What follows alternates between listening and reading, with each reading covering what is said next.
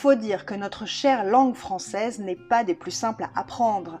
Il y a tant de vocabulaire, de syntaxe, de grammaire. Il faut apprendre à prononcer les consonnes, les voyelles pour en faire des syllabes, puis des mots, et enfin donner du sens. Beaucoup de boulot tout ça.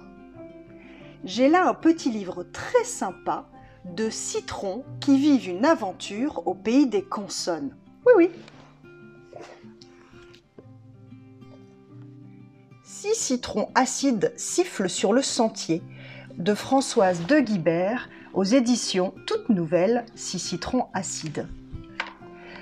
Dans ce livre, l'histoire joue sur la sonorité et la mélodie rythmée des mots qui comportent la même consonne, qui vous rappelleront ces petites phrases impossibles que vous avez dû réciter plus jeune. Vous vous souvenez, les chaussettes de l'archiduchesse?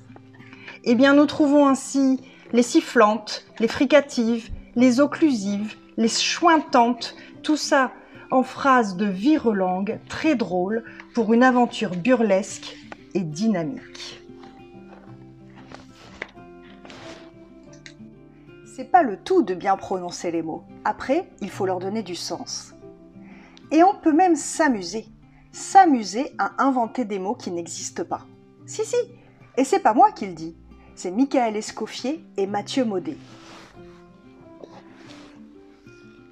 Tous les mots n'existent pas. Tous les mots n'existent pas, de Michael Escoffier et Mathieu Maudet aux éditions Frimousse. Ces auteurs vous proposent un mot, le gloubidou, un mot qui n'existe pas. Et pourtant, ils vont lui donner du sens, lui trouver une origine, raconter son histoire, lui trouver une représentation, des fonctions, et raconter toutes ses aventures.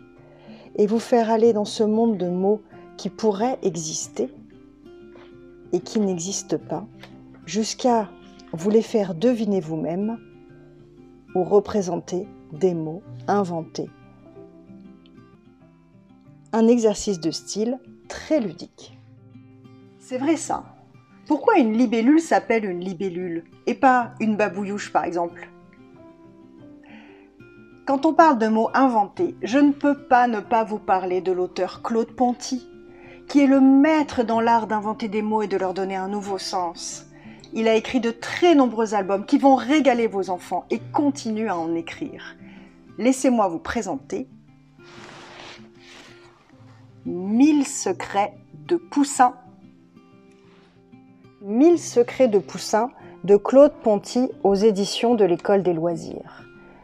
Ces poussins sont pondus par la poule Olga pond le monde et vivent des vies extraordinaires dans des phrases très mélodieuses que parfois seuls les enfants comprennent.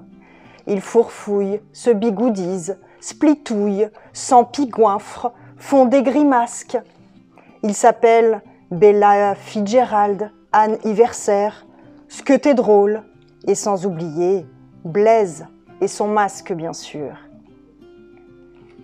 Une magie de mots et des illustrations avec une multitude de détails dont les enfants se délecteront. À lire sans modération. Comme quoi se tromper peut être très rigolo et développer leur imaginaire. Lire un livre avec un enfant, c'est lui donner accès à la langue du récit, à sa mélodie, au sens des mots, mais aussi susciter sa créativité. Alors profitez-en!